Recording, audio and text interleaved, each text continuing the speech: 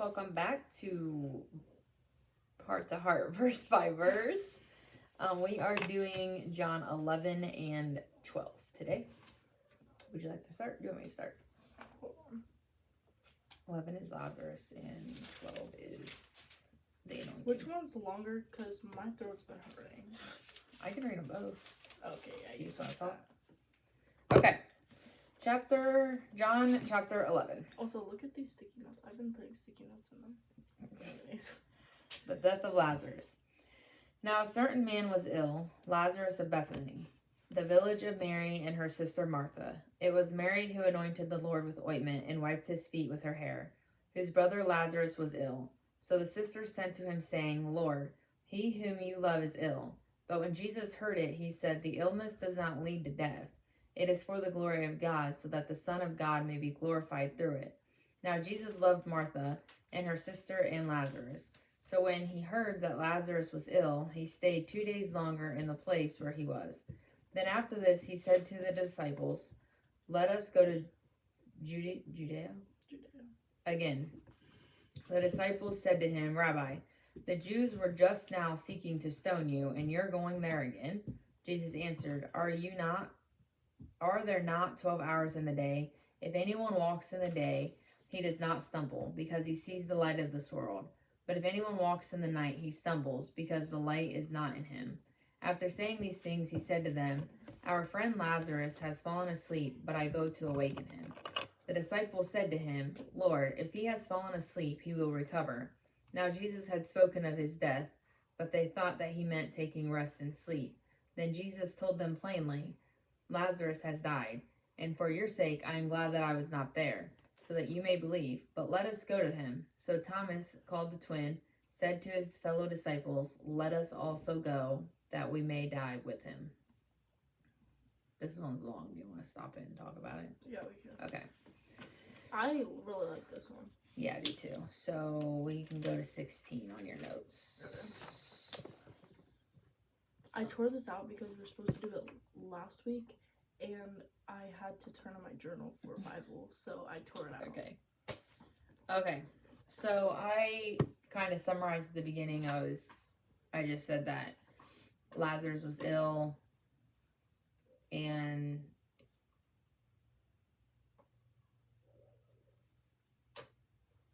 I don't know why I have a question mark on verse 4.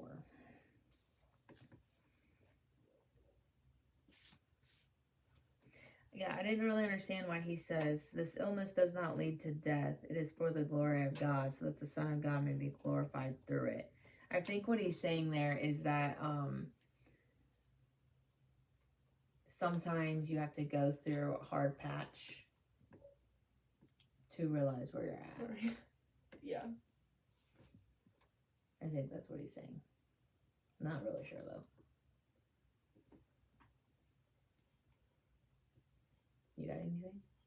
I put. Wait, where are we going to? 16? Yeah, I have something for 9 and 10. I have 9 that he was being sassy, and I don't have none for 10. So but, go ahead. Okay, you can go. My next one's 14. Okay. I put, so verse 9, he says, Are there not 12 hours of daylight? Yep. If anyone walks in the day, he does not stumble, because he sees the light of this world. But if anyone walks in the night, he stumbles, because the light is not in him. Is he talking about God? Like a simile? Yeah, like I put, to walk in the day means you're believing and obeying, and to walk in the night means you're not believing and obeying. Yeah. I didn't catch that, but I did now. Yeah. When I read this, And then, what do you got? 14, Jesus. I don't even, remember what I wrote, so this is blank. Jesus blatantly tells them that he's not dead, because they're clearly not getting the signs that he will raise him. Yeah, at this point, I feel like the disciples should be like, oh yeah, Jesus is gonna raise him from the dead. But instead they're continuing to, what's the word? Doubt him. Yeah. They're continuing to doubt him. I also Because what? I prefer 15 that like Jesus is using this as a way to show them that he's like real, the Yeah. real Messiah, Mm-hmm. and they're not believing. No, it's just another sign that they doubt They're for a like, while. Yeah.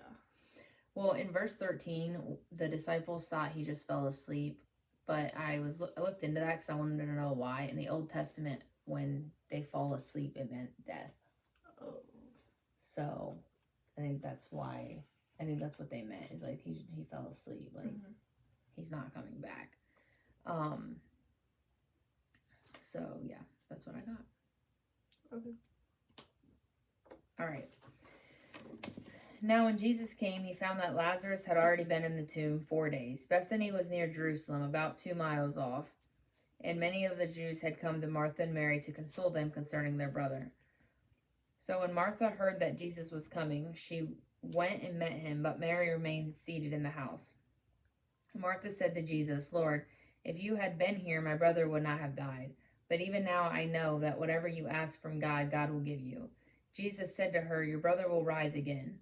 Martha said to him, "I know that he will rise again in the resurrection on the last day." Jesus said to her, "I am the resurrection and the life. Whoever believes in me, though he die, yet shall he live. And everyone who lives and believes in me shall never die. Do you believe this?" She said to him, "Yes, Lord. I believe that you are Christ, the Son of God, who is coming into the world." When she had said this, she went and called her sister Mary, saying in private, "The teacher is here and is calling for you." And when she heard it, she rose quickly and went to him. Now Jesus had not yet come into the village, but was still in the place where Martha had met him. When the Jews who were with her in the house consoling her saw Mary rise quickly and go out, they followed her, supposing that she was going to the tomb to weep. Now when Mary came to where Jesus was and saw him, she fell at his feet, saying to him, "Lord, if you had been here, my brother would not have died." When Jesus saw her weeping, and the Jews who had come with her also weeping, he was deeply moved in his spirit and greatly troubled. And he said, "Where have you laid him?" They said to him, "Lord, come and see." Jesus wept. So the Jews said, "Isn't that the shortest verse in the whole Bible?" Maybe. Jesus wept? I don't know. Sure. That's cool. That's a note to make. So the Jews said, "See how he loved him." But some of them said, "Could not he who opened the eyes of the blind man also have kept this man from dying?" Sorry, I didn't mean to interrupt you, but I'm pretty sure that's like the shortest verse in the whole Bible. Look it up real fast. I don't know. I really liked this part. Sorry, I have hair on me. If it is, right. John 11:35, Jesus wept. Look at me. Good job. Anyways. John 11:35. I should be on my right verse. Okay. Mom.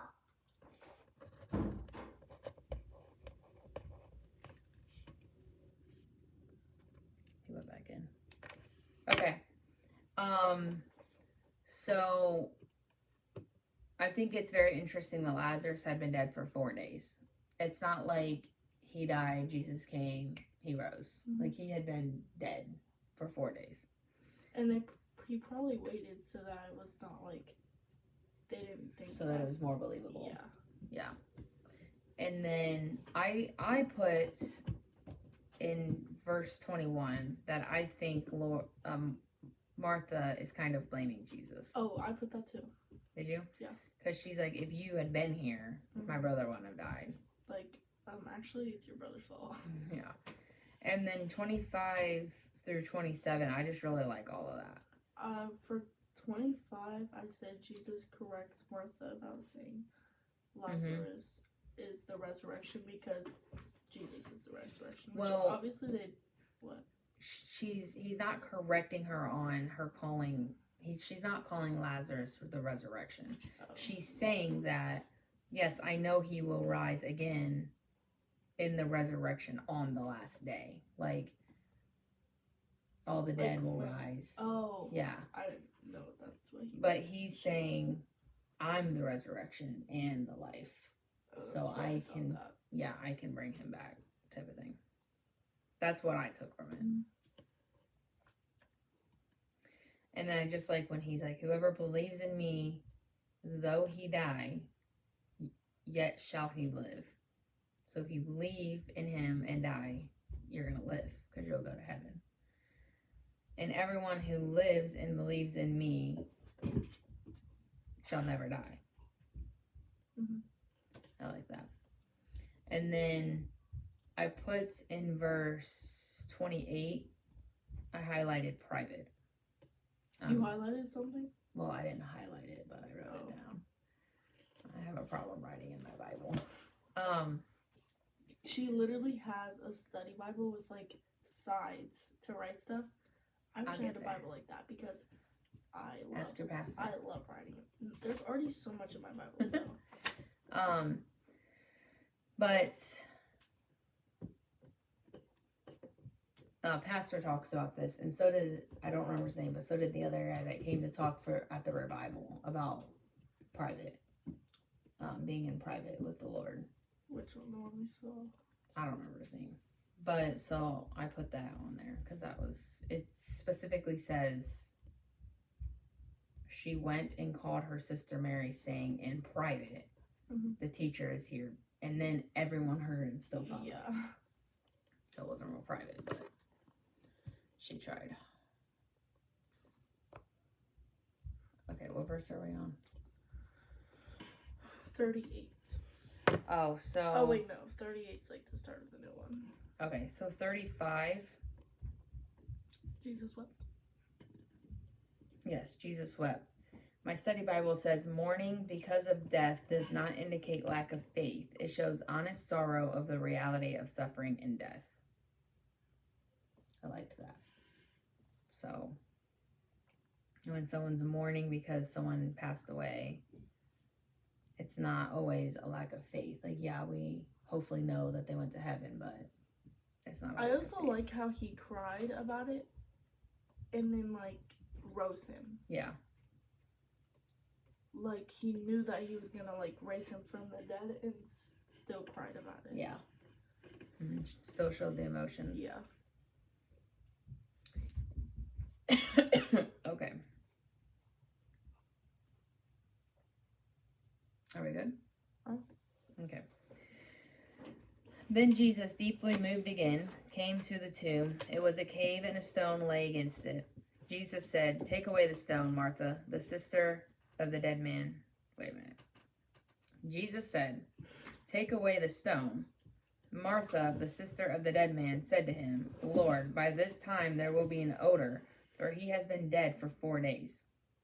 Jesus said to her, "Did I not tell you that if you believed you would see the glory of God?" So they took away the stone, and Jesus lifted up his eyes and said, "Father, I thank you that you have heard me. I knew that you always hear me, but I said this on account of people standing around, that they may believe that you sent me." When he had said these things, he cried out with a loud voice, "Lazarus, come out." It reminds me of my song. My favorite song. The man who had died came out, his hands and feet bound with linen strips and his face wrapped with a cloth. Jesus said to them, "Unbind him and let him go." I like this because it says he's been dead for 4 days. She's still doubting him, just like his disciples did. And I like that he prayed to God, like he talked to his Father before he did it. Yeah. He thanked him. And then rose him. Yeah. Oh, okay, that's the end. I was wondering why you were talking in the middle of it. That's basically what I had for that. Yeah, that's literally what I have. And then I put in here, my study Bible says, remarkably, John does not record Lazarus' reaction or any of the aftermath of his of him being raised, except for the fact that many Jews believed, which we will get to. The focus is on Jesus, not Lazarus. Mm-hmm. That's what I like. But people are focusing on Lazarus Mm-hmm. being alive. Yeah. Many of the Jews, therefore, who had come with Mary and had seen what he did, believed in him. But some of them went to the Pharisees and told them what Jesus had done. So the chief priests and the Pharisees gathered the council and said, "What are we to do? For this man performs many signs. If we let him go on like this, everyone will believe in him. And the Romans will come and take away both our place and our nation." But one of them, Caiaphas, who was high priest that year, said to them, "You know nothing at all, nor do you understand that it is better for you that one man should die for the people, not that the whole nation should perish." He did not say this of his own accord, but being high priest that year, he prophesied that Jesus would die for the nation, and not for the nation only, but also to gather into the children of God who are scattered abroad. So from that day on, they made plans to put him to death. Jesus, therefore, no longer walked openly among the Jews, but went from there to the region near the wilderness to a town called Ephraim, and there he stayed with his disciples. Now the Passover of the Jews was at hand, and many went up from the country to Jerusalem before the Passover to purify themselves. They were looking for Jesus and saying to one another as they stood in the temple, "What do you think? That he will not come to the feast at all?" Now the chief priests and the Pharisees had given orders that if anyone knew where he was, he should let them know so that they might arrest him. The only thing I have for that one is that they are trying to arrest him again for literally nothing. Yeah. Except saving someone again. I put that Caiaphas, probably totally butchering that, was politically motivated. Yeah. Not religiously motivated. And then for 49 through 53, so like the last half here of this part, I put it's a pivotal moment where the high priest is motivated by political fear. He argues Jesus should be executed to prevent Romans from taking over the Jewish nation. Yeah. I think that's a big part right there. And then Ephraim was heading towards Samaria. And just to put it, to where you know. And then this is the third and final time the Passover is mentioned by John. And at the end, I always like to put like what I learned from this whole passage. Mm-hmm. I just simply wrote, "Look at our politics now," because it's the same. Yeah. It's the same thing, Mm-hmm. Right here. Oh my gosh. That's where they were. Mm-hmm.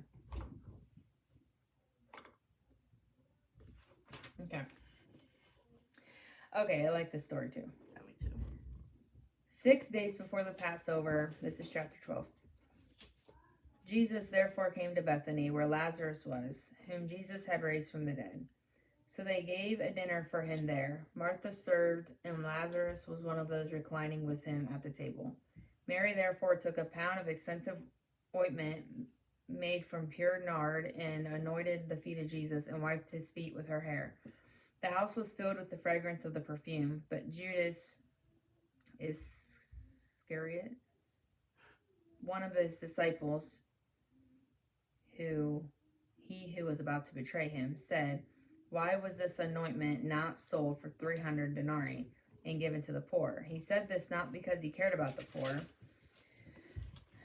but because he was a thief, and having charge of the money bag, he used to help himself to what was put into it. Jesus said, "Leave her alone, so that she may keep it for the day of my burial. For the poor you always have with you, but you do not always have me." When a large crowd of the Jews learned that Jesus was there, they came not only on account of him, but also to see Lazarus, whom he had raised from the dead. So the chief priests made plans to put Lazarus to death as well, because on account of him many of the Jews were going away and believing in Jesus. The next day the large crowd... Do we stop? Yeah, we can. Okay. So we're on 12. Let me go to my notes. I only have two. Okay. I put,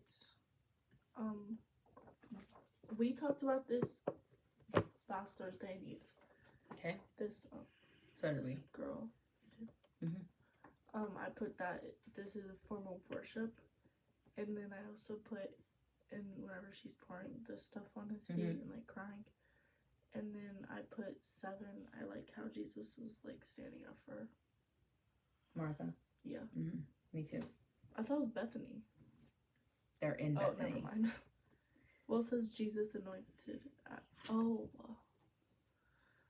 Okay. Okay. Verse 3. So they say, Mary therefore took a pound. A pound is a half a liter. It's a very large amount of fragrant oil or perfume. Pure and expensive nard was imported from northern India and used by the Romans for anointing the head. John says that Mary anointed the feet of Jesus, while Matthew and Mark mention that she anointed Jesus' head. Considering the large quantity of ointment, Mary probably anointed both Jesus' head and his feet. Attending to the feet was the work of the servants, as Mary's action shows humility and devotion. Her wiping of Jesus' hair with her feet with her hair is also remarkable, since Jewish women rarely abound their hair in public. Mary's action indicates an expression of intense personal devotion to Christ, but there is no hint of immoral thoughts or conduct.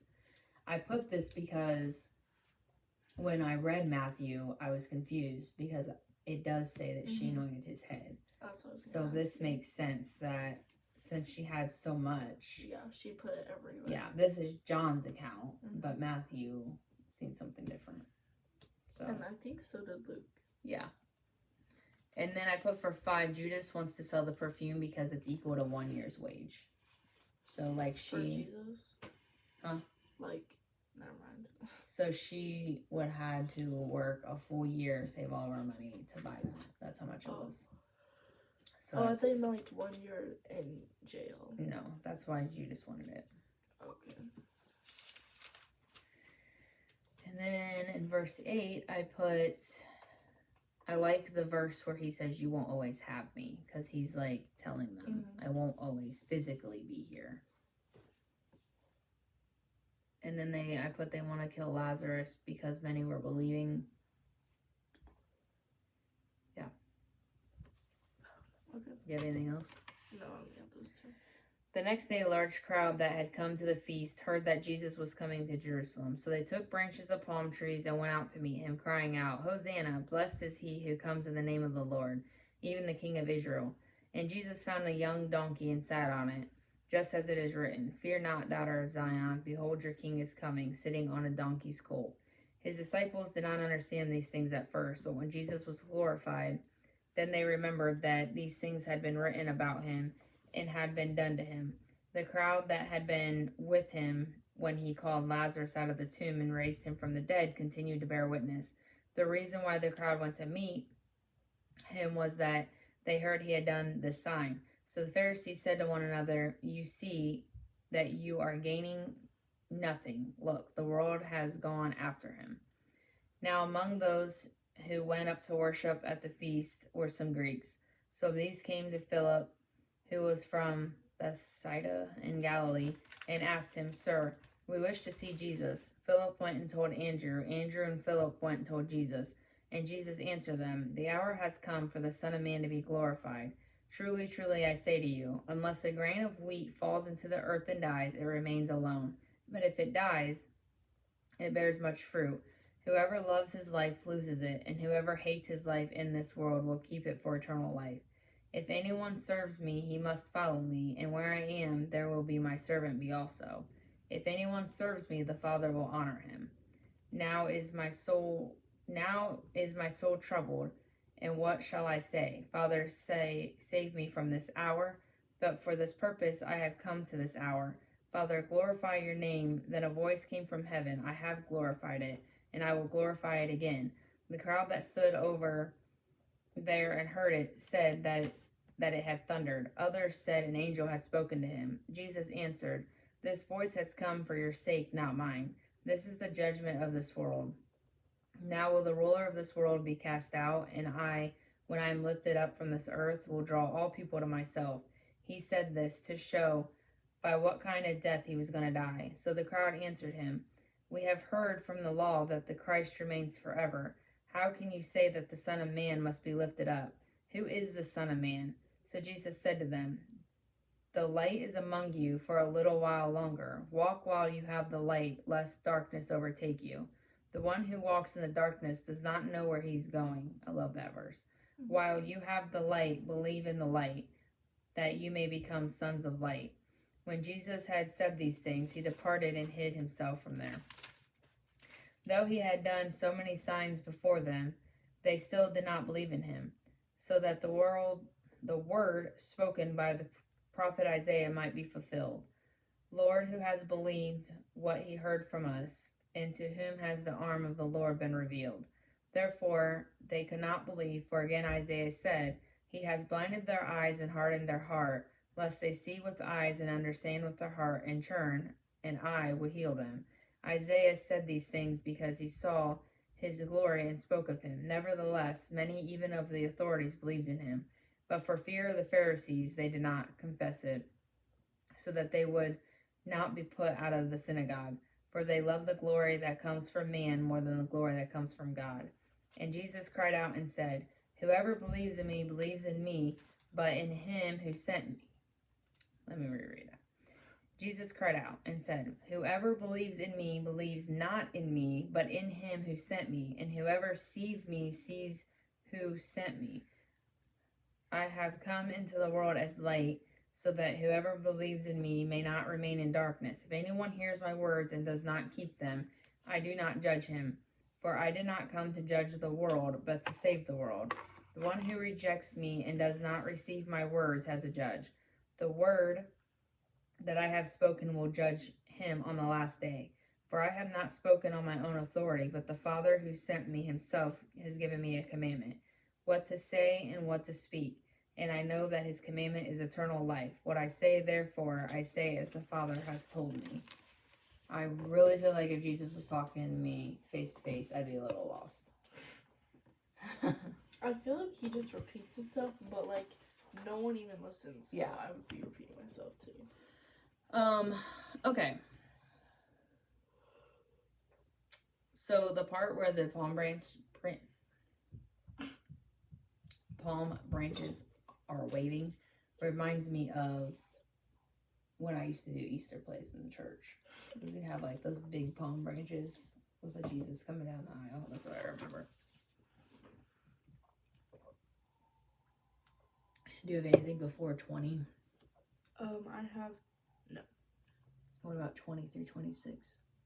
23 through 33. I put Jesus is basically telling them what's going to happen and how to live, or like how they should live. Yeah. It's a lot right there. Yeah, that's why I just put And like you said, like basically the same thing. He's saying the same thing. And sorry. I put that loves his life, I put it in quotes, meaning the life they live without God. So where was that at? 20? Whoever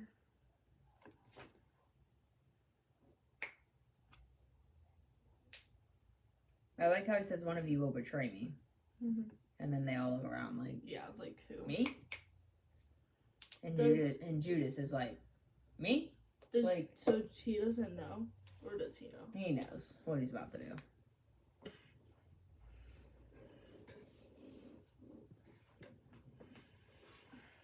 Okay, I don't exactly know where it's at, but I like when he says, "He who loves his life," I put meaning the life they live without God. And then he who hates his life in this world loves God more than their life. That's what I put there. And then for 27 through 36, they said, "Who is the Son of Man? He will be lifted up." I'm just like, yeah, that's what I put. I said asking who the Messiah is, as if he didn't just tell you like Yeah. 30 times. Yeah. And then, In 35, Jesus is referring to the light as Jesus. I also said that. yeah, that's good. I put in 37, they still did not believe. In 47, he refers to his first coming.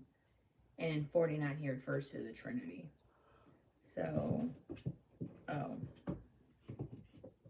What? Oh, I was looking at chapter 13. I was like, there is no verse 47 and 49. So in 47, if anyone hears my words and does not keep them, I do not judge him, for I did not come to judge the world, but to save the world. Yeah. So he's referring to his first coming. And then the chapter 49, he says, Verse 49. For I have not spoken on my own authority, but my Father who sent me has himself given me a commandment, what to say and what to speak. And I know that his commandment is eternal life. What I say, therefore, I say as my Father has told me. I feel like he's talking about the whole Trinity there, because he's talking about his Father, you know. And yeah, I like in 50 when he says Jesus is, when he's saying everything he teaches is from God, because if like something like this happened in this world, then some people would definitely take it for granted and be like, oh no, I thought of all this on my own. Mm-hmm. Yeah. And like he's just giving Like Jesus isn't taking all the credit, yeah. He's giving his Father the credit, which is what we need to do. Yeah. Now is give him the credit where credit's due. Yeah. All right, that was a long one. Hope you guys stayed with us. We will do chapter 13 and 14 next, but it will probably be after Thanksgiving because we have we might do it. We might do it when Serena comes back, so hopefully we're on next week. Yeah. Okay. Okay. She's got prayer. Hold on. Okay. Dear Heavenly Father, I thank you for this amazing day that we had. I pray that everybody gives God the credit like Jesus did and doesn't take anything for granted. I also pray that we can do another Bible study with Serena and that it all goes well, and that everybody has a great day, rest of their day. Amen. Amen. I don't like when I stutter like that. You're okay. Okay, see you later.